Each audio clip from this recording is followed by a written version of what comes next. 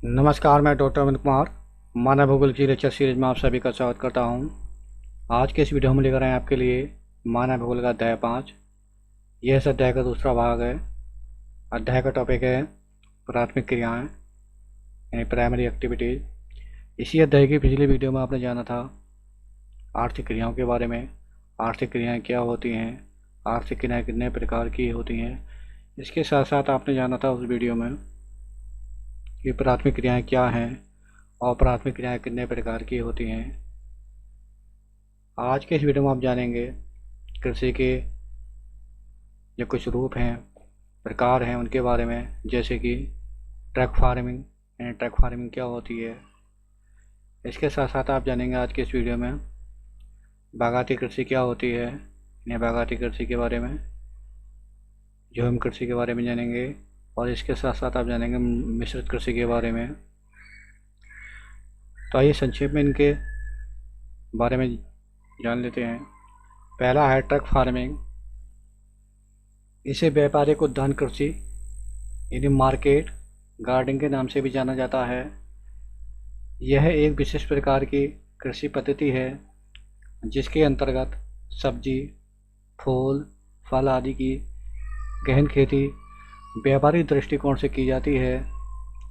इस प्रकार की खेती मुख्यतः किसी बड़े नगरीय क्षेत्र के निकट की जाती है जहाँ से तीव्र यातायात के साधनों द्वारा अत्यधिक उत्पादित वस्तुओं को मांग क्षेत्र तक पहुँचाने में सुविधा होती है।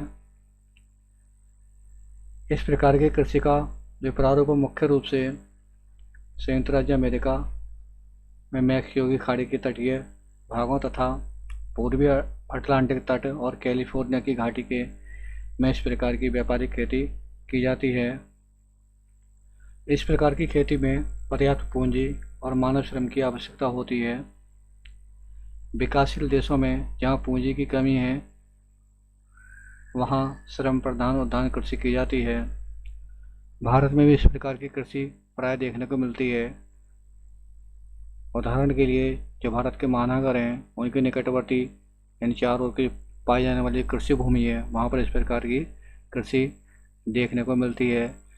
इस प्रकार की कृषि में मुख्य रूप से उत्पादित फसलों को ट्रक के माध्यम से यानी यातायात का साधन जो ट्रक है उसके द्वारा बाजार तक पहुंचाया जाता है। इसी कारण इस कृषि को ट्रक फार्मिंग के नाम से जाना जाता है।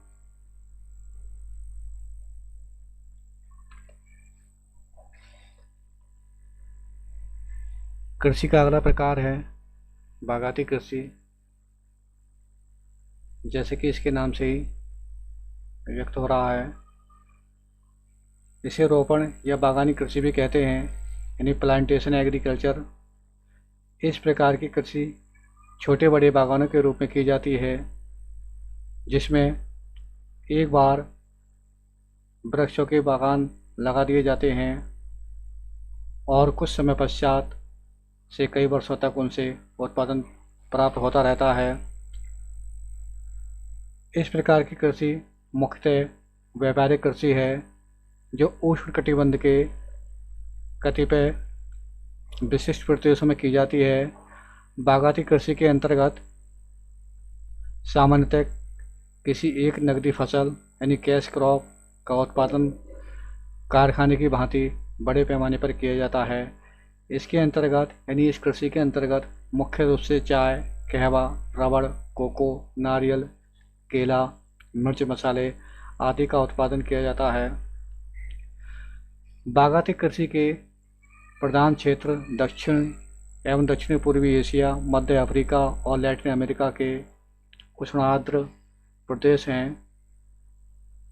बागानों को लगाने तथा देखभाल के लिए सामान्यतः अधिक पूंजी की आवश्यकता होती है, अतः अधिकांश बागान पूंजीपतियों या विदेशी आधिपत्य पे हैं यानी विदेशी लोगों के कंट्रोल में हैं। इसमें उन्नत वैज्ञानिक विधियों, आधुनिक कृषि यंत्रों, उन्नतशील बीजों और कीटनाशक आदि का प्रयोग किया जाता है।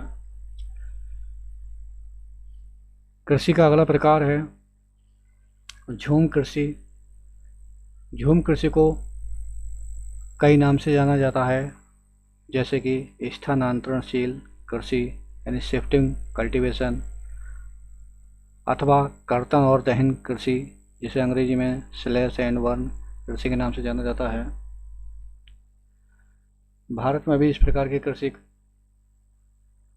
का प्रारूप पाया जाता है। यह मुख्यतः भारत के पूर्वोत्तर राज्यों जैसे कि असम, मेघालय, नागालैंड, मिजोरम आदि राज्यों में देखने को मिलती है इस प्रकार की कृषि पर्वतीय भागों में।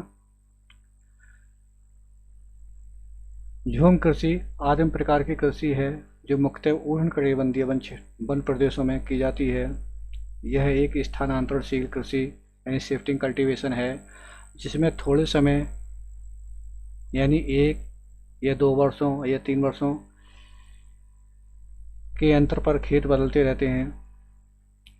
इस कृषि पद्धति में वन प्रदेश के किसी एक भूखंड पर वृक्षों तथा वनस्पतियों को काटकर उन्हें जला दिया जाता है और साफ की गई भूमि को पुराने उपकरणों जैसे कि हल आदि से जुताई करके बीज बो दिए जाते हैं। फसल पूरी तरह से प्रकृति पर निर्भर होती है, जिसके कारण उत्पादन बहुत कम मिलता है। कुछ वर्षों तक मिट्टी में उर्वरा शक्ति विद्यमान रहती है, उसी भूमि पर खेती की जाती है। इसके पश्चात उस कृषि भूमि को छोड़कर अन्यत्र जंगल भूमि को साफ करके 1-2 वर्ष तक कृषि की जाती है। जैसे कि आपको बताया भी, भारत की पूर्वोत्तर जो पहाड़ियाँ हैं, राज्य हैं, उनमें इस प्रकार की कृषि देखी जाती है, जिसे झूम कृषि के नाम से जाना जाता है।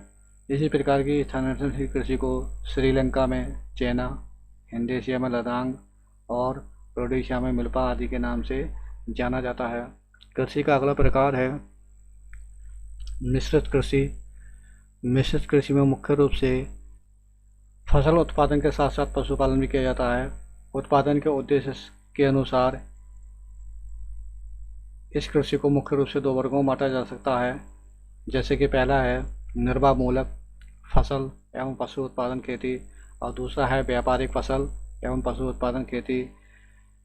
जो कृषि का पहला प्रकार है मिश्रित खेती का, उसमें निर्वाह मूलक फसल एवं पशु उत्पादन खेती यह मुख्य रूप से मानसूनी एशिया के सघन बसे हुए क्षेत्रों में प्रचलित है।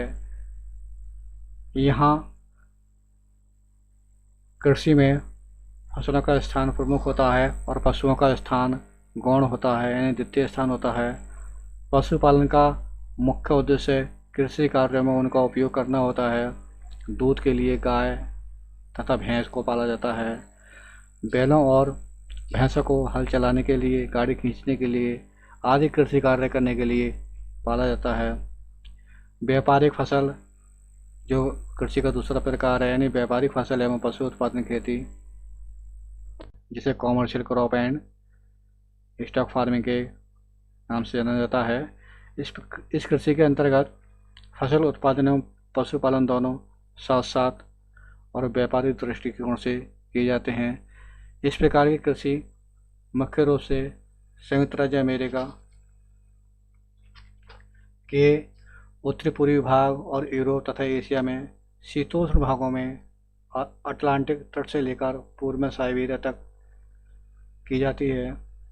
इसमें फसलों को प्राय पशुओं को खिलाने के लिए उगाया जाता है। संयुक्त राज्य अमेरिका की मक्का पेटी में मक्का को मुख्यतः पशुओं को खिलाने के लिए उगाया जाता है, न कि अन्य उत्पादन के लिए। आज की वीडियो में बस इतना ही। मिलते हैं अगले वीडियो में नए टॉपिक के साथ। धन्यवाद।